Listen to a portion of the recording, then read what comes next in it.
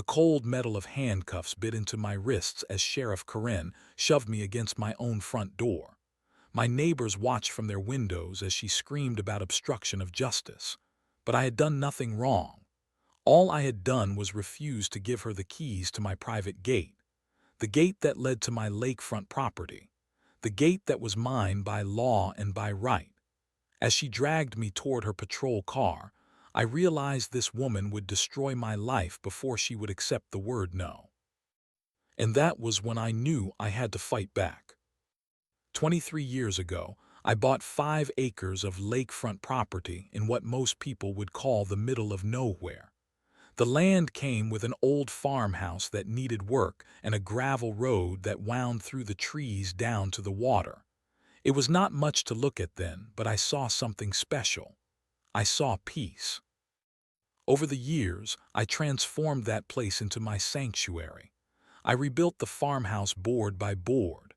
I planted gardens that bloomed every spring. I installed a dock where I could sit and watch the sunrise paint the lake in shades of gold and orange.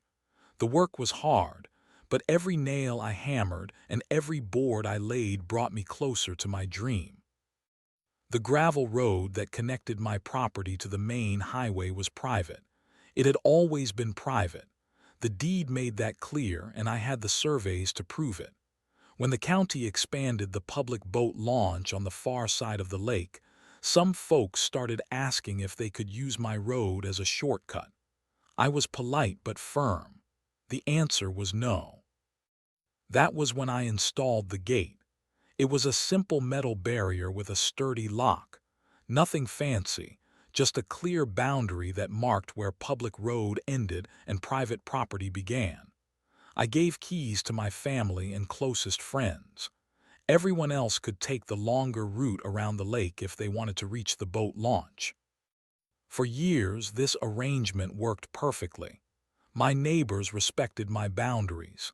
The occasional lost tourist would see the gate and turn around. I had built my little piece of heaven, and I was determined to protect it.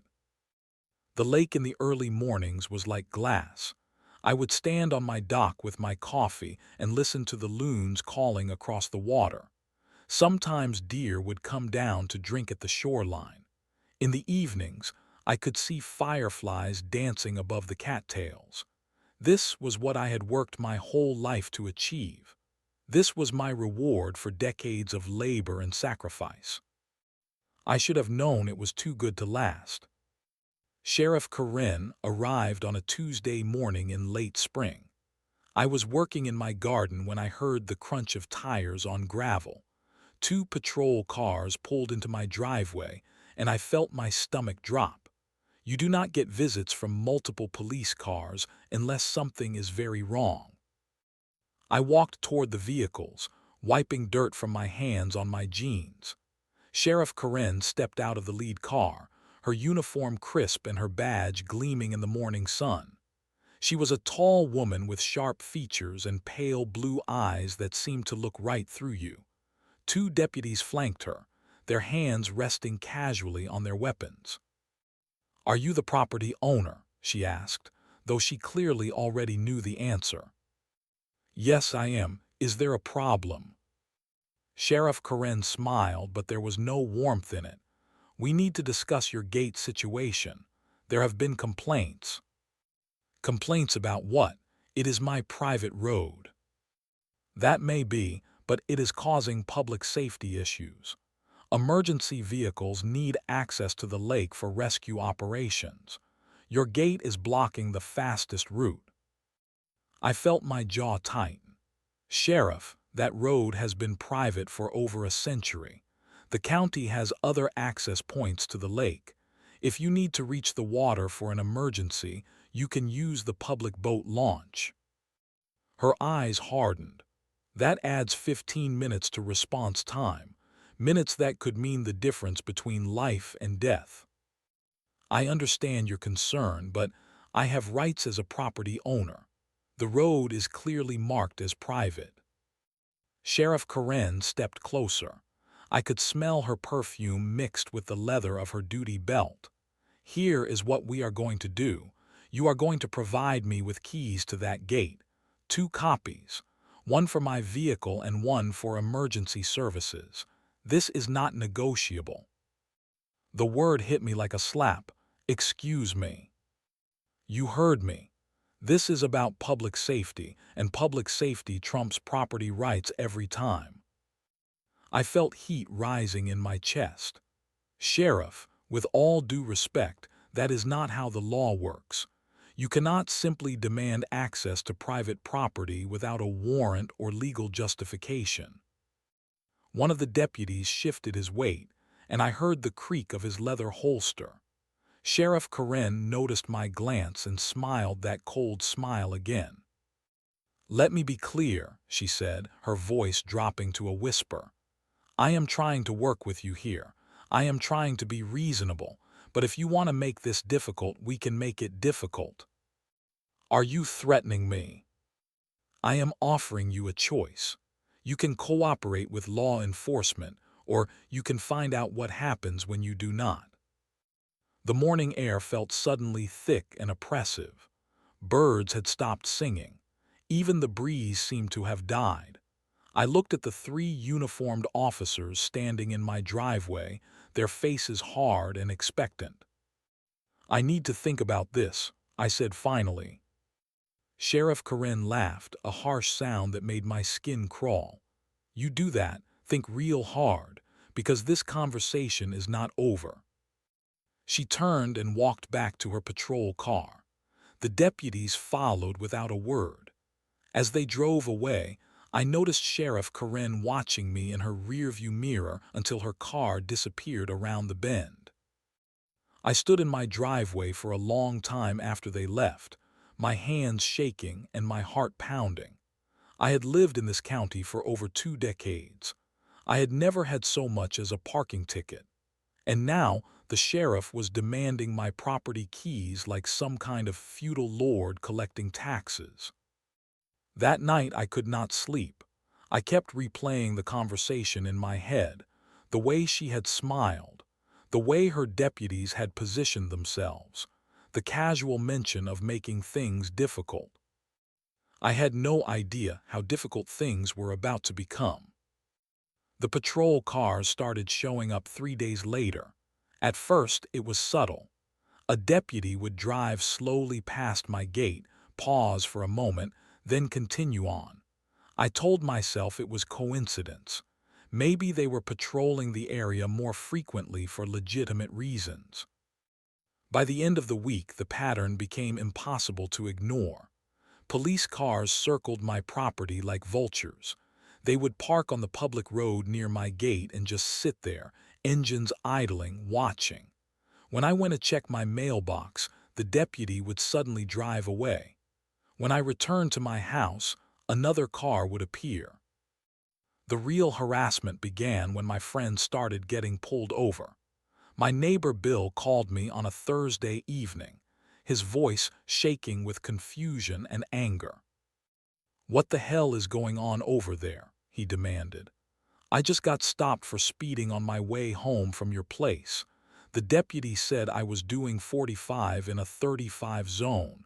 I was barely doing 30, and he knew I had been at your house. He asked about it specifically." My sister called the next day with a similar story. Then my brother-in-law. Then my oldest friend from high school. Every single person who visited my property found themselves getting pulled over for mysterious traffic violations within hours of leaving. The citations were always for minor infractions, nothing that would hold up in court, but the message was clear. Visit me and you would pay a price. The isolation began slowly. People stopped dropping by unannounced. My weekly poker game disbanded when 2 of the regular players got tickets on consecutive nights. Family gatherings moved to other locations. Within a month, my beautiful lakefront property had become a social quarantine zone. Then the vandalism started. I woke up one morning to find my gate lock twisted and damaged, as if someone had tried to force it open with a crowbar. The security camera I had installed to monitor the gate had been repositioned to point at the ground, its lens smeared with mud. I called the sheriff's department to report the vandalism. The dispatcher took my information with bored efficiency and promised someone would be out to investigate. No one ever came. The next week, my mailbox was knocked over. The week after that, someone scattered trash across my driveway. When I installed motion-activated lights around my property, they were vandalized within days. Bulbs smashed, wires cut, the sensors twisted to face away from the areas they were meant to monitor. Sleep became a luxury I could not afford. Every sound in the night made me jump. The crunch of gravel could mean another act of vandalism. The slam of a car door could mean Sheriff Karen had decided to escalate her campaign. I found myself checking the locks multiple times before bed, peering through curtains at shadows that might or might not be threats. My doctor prescribed sleeping pills, but they made me feel drugged and vulnerable. I needed to stay alert. I needed to be ready for whatever came next. The psychological warfare was methodical and effective. I began to understand that Sheriff Karen was not just angry about my refusal to give her keys. She was furious about being told no by someone she considered beneath her station. This was not about public safety or emergency access. This was about power, pure and simple. She wanted to break me. She wanted me to come crawling to her office, hat in hand, begging for peace. She wanted to teach me and everyone else in the county what happened when you defied the sheriff. But I had spent 23 years building my sanctuary. I had poured my sweat, my savings, and my soul into that property. I was not going to surrender it to a bully with a badge just because she could make my life uncomfortable. Not yet, anyway. The harassment continued for weeks. Every day brought some new indignity, some fresh reminder that I was living under siege. My neighbors stopped making eye contact when they saw me in town. Store clerks became nervous when I approached their counters.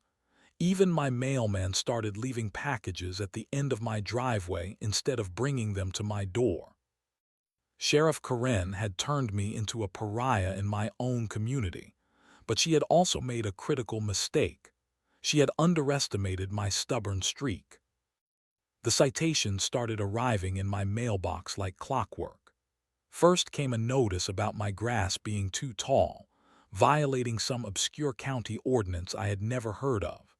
The measurement they claimed put my lawn at 3.5 inches when the legal limit was 3 inches. I spent $100 hiring a professional service to measure my grass, only to discover their equipment showed 2.75 inches everywhere they tested. When I brought this evidence to the county clerk, she looked at me with tired eyes and shrugged. "You can contest it in court," she said, sliding a form across the counter. The court date was set for 6 weeks out, and I would have to take time off work and pay a lawyer to fight a $25 fine. The citations multiplied like cancer. My mailbox was supposedly 3 inches too far into the county right-of-way. My security lights created a light pollution nuisance for neighboring properties, even though my nearest neighbor was half a mile away. My dock was allegedly built 2 feet beyond the permitted distance from shore, despite the fact that I had county permits proving otherwise. Each citation required hours of documentation, research, and preparation. I spent my evenings photographing my property from every angle, printing county codes, and calling lawyers who charged $200 an hour to tell me the obvious. The citations were harassment, but proving it would cost more than paying the fines. The system was rigged, and Sheriff Karen knew it. She could bury me in paperwork and legal fees without breaking a single legitimate law. Every citation was technically valid under some microscopic interpretation of county code. Every measurement was just slightly outside acceptable parameters. Every violation was minor enough to avoid serious legal scrutiny, but expensive enough to drain my resources. I tried to file complaints with the county commissioners, the state attorney general, and even the FBI. The responses were form letters promising investigation and follow-up that never came. One commissioner's aide told me off the record that Sheriff Karen was well-connected and well-liked among county leadership. "Unless you have video of her breaking the law," he said, "you are wasting your time." The bureaucratic stonewalling was perfectly coordinated. Records that should have been public suddenly required special requests. Forms that should have been available online were mysteriously missing from the county website. Phone calls were not returned. Appointments were canceled at the last minute. Every attempt to seek justice through official channels led to another dead end. My attempts to gather evidence were met with escalating interference. When I hired a surveyor to measure my property boundaries and prove the citations were false, Sheriff Karen's deputies showed up during the survey and demanded to see the surveyor's permits and licenses.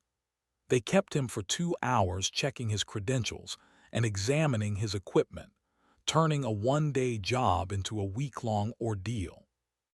When I installed additional security cameras to document the harassment, county inspectors arrived with a citation claiming the cameras violated privacy laws. The same week, my internet service suffered mysterious outages that prevented the cameras from uploading footage to cloud storage.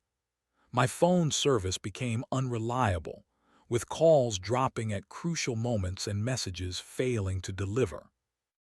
The isolation became total.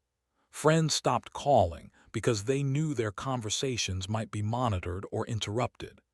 Business associates grew nervous about meeting with me because they feared attracting Sheriff Karen's attention. Even my family began to distance themselves, worn down by months of harassment and afraid of becoming targets themselves. I realized I was fighting more than just a corrupt sheriff. I was fighting an entire system that had closed ranks to protect one of its own. Sheriff Karen had turned my local government into her personal enforcement arm, and every official I contacted was either complicit or too frightened to help. The breaking point came on a Tuesday afternoon in August. I was sitting on my dock, trying to find a moment of peace in the chaos my life had become, when I saw a county inspector walking around my property with a clipboard and a camera. He was documenting every possible violation he could manufacture, creating a fresh batch of citations that would arrive in my mailbox within days. As I watched him measure the distance between my dock posts and photograph the height of my grass, I felt something snap inside me. The fear that had controlled my life for months transformed into cold, hard rage. I was done being a victim. I was done playing defense. If Sheriff Karen wanted a war, she was going to get one. But she had made the same mistake that powerful people always make when they abuse their authority. She had assumed I would break before I would fight back. She was wrong. The final straw came on a Wednesday morning in September. I was driving to the hardware store when I saw the flashing lights in my rearview mirror. My heart sank as I pulled over, knowing that I had not been speeding, had not been swerving, had not violated any traffic law. Deputy Martinez approached my window with a smile that made my skin crawl. "License and registration, please." "What is the reason for the stop, Deputy?" "Erratic driving. You were weaving between lanes." I had been driving in a perfectly straight line on an empty country road, but I handed over my documents without argument. I had learned that fighting with deputies only made things worse. He walked back to his patrol car and sat there for 20 minutes, presumably running my information through every database he could access. When he returned, he had a citation book in his hand. "You have a tail light out," he said, handing me a ticket. I got out of my truck and walked to the back. Both taillights were working perfectly. I pointed this out to Deputy Martinez, who shrugged. "Looks out to me. You can contest it in court." That was the moment I stopped being afraid and started getting angry. Really angry. The kind of cold, focused anger that burns away everything except determination. That night, I cleared off my dining room table and turned it into a war room. I spread out every citation, every photograph, every piece of documentation I had collected over the past 6 months. I created a timeline of harassment, a map of incidents, and a detailed record of every interaction with Sheriff Karen and her deputies. The patterns became clear when I laid everything out visually. The harassment was not random or emotional. It was systematic and calculated. Sheriff Karen was following a playbook, escalating pressure in measured increments designed to break my will without crossing legal lines that might trigger outside intervention. But in her methodical approach, she had made a crucial mistake. She had created a paper trail that documented her abuse of power in black and white. Every citation, every traffic stop, every visit to my property was recorded in official logs that I could access through public records requests. I spent the next month filing Freedom of Information Act requests with the county, the state, and the federal government.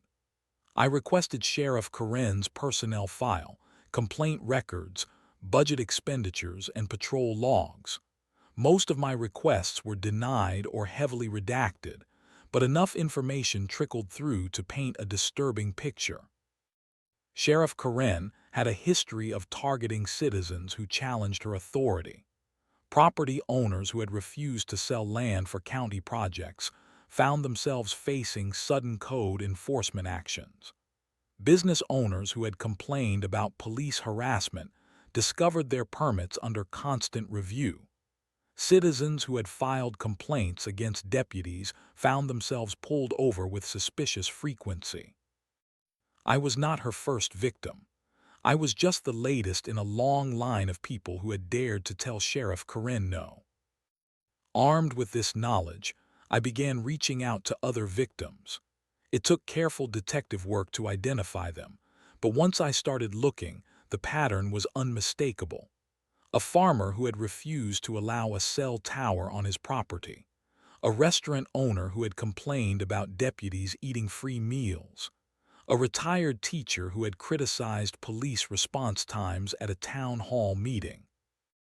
Each of them had been subjected to the same treatment I was experiencing: code enforcement harassment, traffic stops for non-existent violations, mysterious equipment failures and property damage, social isolation as friends and family grew tired of the constant police attention. One by one, I convinced them to document their experiences and share their stories. We created a support network of Sheriff Karen's victims, sharing information and coordinating our responses. For the first time in months, I did not feel alone. The farmer, Jim Hendricks, had been fighting Sheriff Karen for 3 years. His battle had cost him his marriage and nearly bankrupted his operation, but he had kept meticulous records of every incident. The restaurant owner, Maria Santos, had installed security cameras throughout her establishment after repeated break-ins that police never seemed able to solve. The retired teacher, Dorothy Williams, had been documenting police misconduct for decades and had connections with civil rights organizations. Together, we had resources that none of us possessed individually. We had documentation, witness testimony, and most importantly, we had credibility. Sheriff Karen could dismiss one complainant as a disgruntled citizen, but she could not dismiss a dozen victims with consistent stories and documented proof. We began to plan our counterattack. Not a criminal conspiracy or vigilante justice, but a coordinated legal and public relations campaign designed to expose Sheriff Karen's corruption and hold her accountable for her abuse of power. The planning took months. We consulted with lawyers, journalists, and activists. We researched successful cases of police accountability and studied the tactics that had worked in other jurisdictions. We prepared for every possible response Sheriff Karen might make, from escalated harassment to legal retaliation.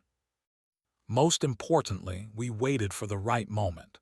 Sheriff Karen's ego and need for control made her predictable. She would overreach eventually, and when she did, we would be ready. The preparation phase required patience that tested every nerve in my body. While Sheriff Karen continued her harassment campaign, I was building a case that would destroy her career and reputation. The temptation to strike back immediately was overwhelming, but I knew we would only get one chance to expose her corruption. Everything had to be perfect. My network of fellow victims grew stronger each week. We met secretly in different locations, sharing information and coordinating our evidence gathering. Jim Hendricks had contacts in the state attorney general's office who were interested in police corruption cases.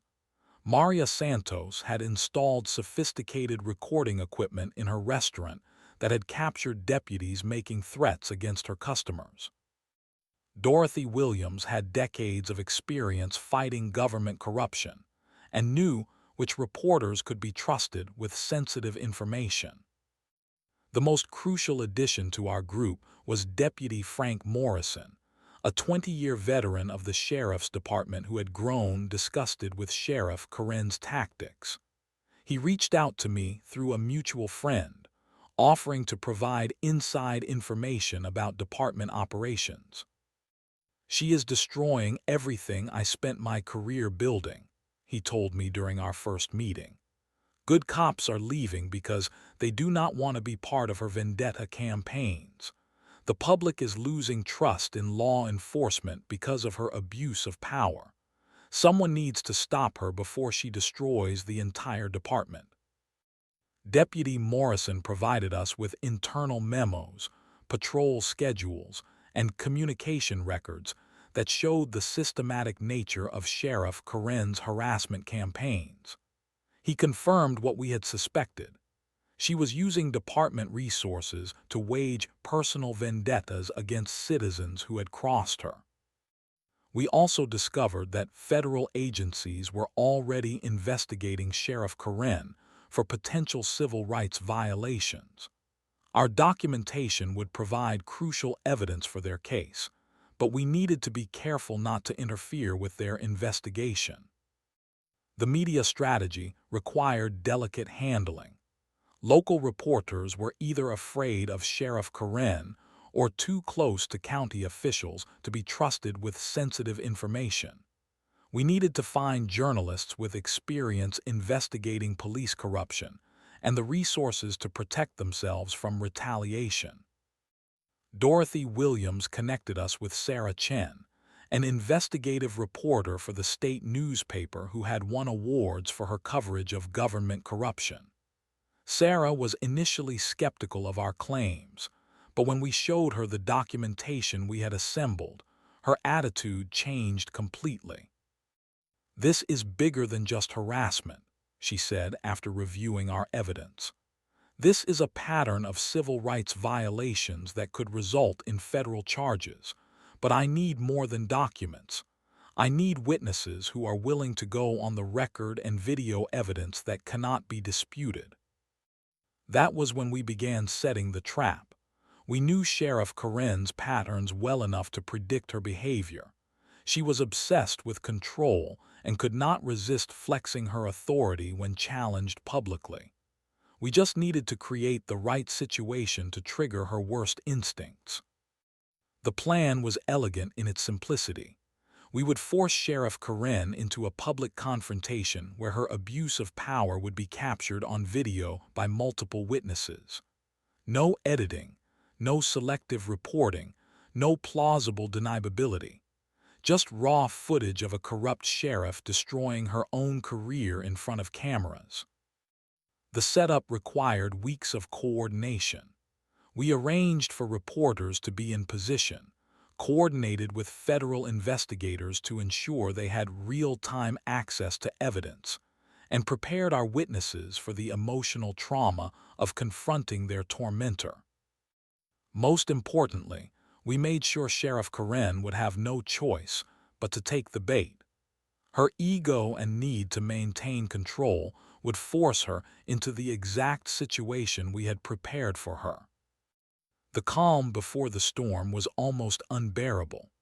I knew that within days, either Sheriff Karen would be exposed and held accountable, or our entire network would face escalated retaliation that could destroy all of our lives. But after months of harassment and abuse, the risk was worth taking. We had reached the point where doing nothing was more dangerous than fighting back. The confrontation began exactly as we had planned. The county commissioners were holding their monthly public meeting, and I had registered to speak during the citizen comment period. My topic was officially listed as concerns about property rights and code enforcement, but everyone in the room knew what was really happening. Sheriff Karen sat in the front row, her uniform immaculate and her expression confident. She expected another helpless citizen complaining about police harassment. She had no idea that half the audience consisted of her victims, armed with cameras and documentation that would destroy her career. Sarah Chen sat in the back row, her recorder running and her photographer positioned for clear shots of the entire room. Deputy Morrison was present in uniform, ready to witness his sheriff's downfall. 3 federal investigators had taken seats near the exit, their badges hidden but their attention focused entirely on Sheriff Karen. I walked to the podium and began my statement calmly, outlining the harassment I had experienced over the past year. I described the citations for non-existent violations, the traffic stops without cause, and the systematic intimidation of my family and friends. Sheriff Karen's face grew red as I spoke, but she maintained her composure. That changed when I began reading specific details from internal department memos that Deputy Morrison had provided. Communications that showed Sheriff Karen had ordered targeted harassment of citizens who had crossed her. Budget records that showed department resources being diverted to personal vendettas. Patrol schedules that revealed systematic surveillance of private citizens without legal justification. Sheriff Karen stood up before I had finished speaking. "That is enough," she shouted, her voice echoing through the meeting room. "You are reading classified law enforcement documents that you obtained illegally." The room erupted in murmurs and gasps. Sarah Chen's photographer began snapping pictures as Sheriff Karen stormed toward the podium. The federal investigators leaned forward in their seats, watching intently as the sheriff walked directly into our trap. "Sheriff," I said calmly, "these documents were obtained through legal public records requests. They show a pattern of abuse of power that—" "Shut your mouth," Sheriff Karen screamed, grabbing my arm and trying to pull me away from the microphone. "You are under arrest for obstruction of justice and possession of stolen documents." The cameras captured everything. Sheriff Karen's face twisted with rage as she tried to physically remove me from the podium, her voice cracking with fury as she made threats that had no legal basis, her deputies looking embarrassed and uncertain as she ordered them to arrest me for exercising my First Amendment rights. "Sheriff," the commission chairman said, his voice shaking, "you cannot arrest someone for speaking at a public meeting." "Watch me," Sheriff Karen snarled, reaching for her handcuffs. That was when Deputy Morrison stood up. "Sheriff, I cannot allow you to violate this citizen's constitutional rights." The room went silent. Sheriff Karen turned to face her own deputy, her eyes wide with shock and betrayal. "What did you say?" "I said I cannot be party to this abuse of power. You are acting outside the law, and I will not participate." Sheriff Karen's composure collapsed completely. She began screaming at Deputy Morrison, calling him a traitor and threatening to fire him on the spot. She grabbed my arm again, trying to drag me toward the exit while cameras recorded every moment of her meltdown. The federal investigators chose that moment to reveal themselves. They stood up simultaneously, badges visible, and approached Sheriff Karen with calm authority. "Sheriff, you need to step back," Agent Rodriguez said firmly. "You are interfering with a federal investigation." Sheriff Karen's face went white. For the first time in her career, she was facing authority that outranked her own, authority that could not be intimidated or bullied. "This is my county," she screamed. "You have no jurisdiction here." "Actually, we do," Agent Rodriguez replied, producing a federal warrant. "You are under investigation for civil rights violations, and this meeting is being recorded as evidence. I suggest you consult with an attorney before making any more statements." The room erupted in chaos. Reporters began shouting questions. Sheriff Karen's remaining deputies looked stunned and confused. County commissioners huddled together, whispering urgently about damage control and political implications. Sheriff Karen made one final attempt to assert her authority. She lunged toward me, screaming that I had ruined her life and destroyed her career. It took 3 federal agents to restrain her as she threatened to make me pay for my defiance. The cameras captured it all. Her threats, her breakdown, her complete loss of professional composure in front of dozens of witnesses.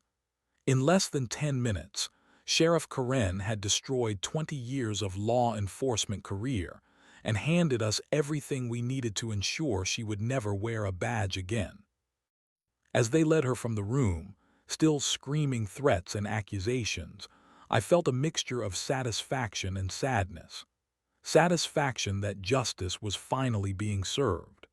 Sadness that it had taken so long and caused so much suffering for so many people. The confrontation was over, but the consequences were just beginning. Within hours, video of Sheriff Karen's meltdown would be viewed by millions of people online. Her career was finished, her reputation destroyed, and her abuse of power finally exposed for the world to see. The aftermath unfolded with surprising speed. Video of Sheriff Karen's public meltdown went viral within hours, accumulating millions of views and thousands of comments from people who had experienced similar abuse at the hands of corrupt law enforcement officers.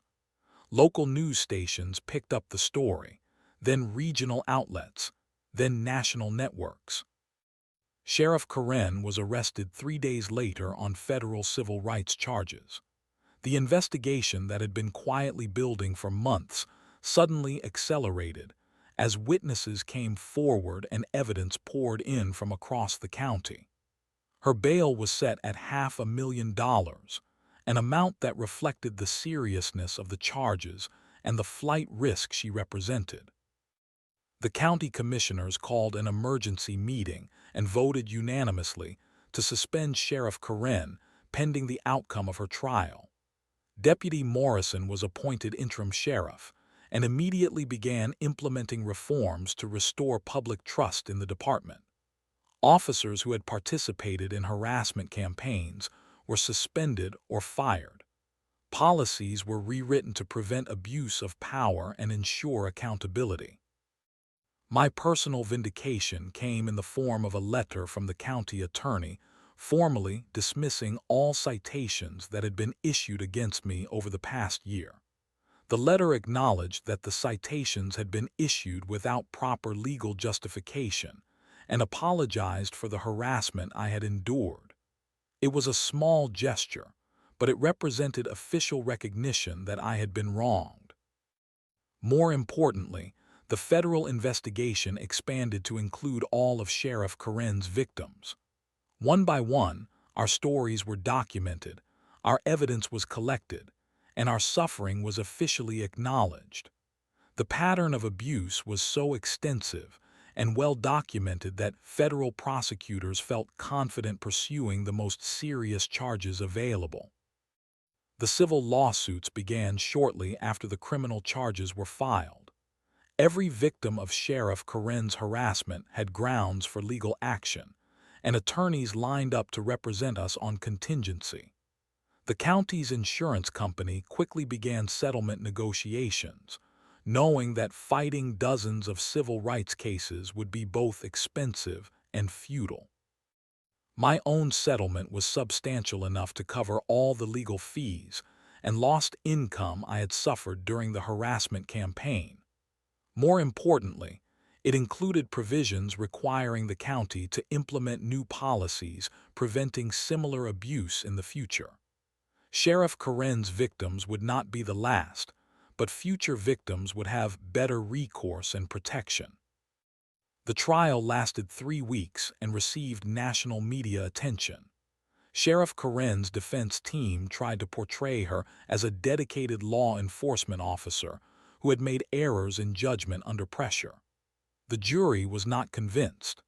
Video evidence of her public breakdown, combined with testimony from dozens of victims and internal department documents, painted a clear picture of systematic abuse of power. She was convicted on 12 counts of civil rights violations and sentenced to 5 years in federal prison. The judge noted that her position of trust and authority made her crimes particularly serious, and that a strong sentence was necessary to deter other law enforcement officers from similar conduct. Standing in my garden 6 months later, I reflected on how much had changed. The patrol cars no longer circled my property. The citations had stopped arriving in my mailbox. My friends and family visited freely without fear of harassment. My sanctuary had been restored. The gate to my property still stands, and the keys remain in my possession. It was never really about the gate or the keys or even the access to the lake. It was about power and respect, and the fundamental right of citizens to tell their government no when that government oversteps its authority. Sheriff Karen learned too late that authority without accountability is just tyranny in uniform. She discovered that citizens who refuse to be intimidated can be more powerful than badges and guns and the entire machinery of local government. My lake still looks the same in the early morning light. The loons still call across the water, and deer still come down to drink at the shoreline. But I am different now. I have learned that fighting injustice requires courage, patience, and the willingness to risk everything for what is right. Sometimes the only way to restore peace is to wage war against those who would destroy it.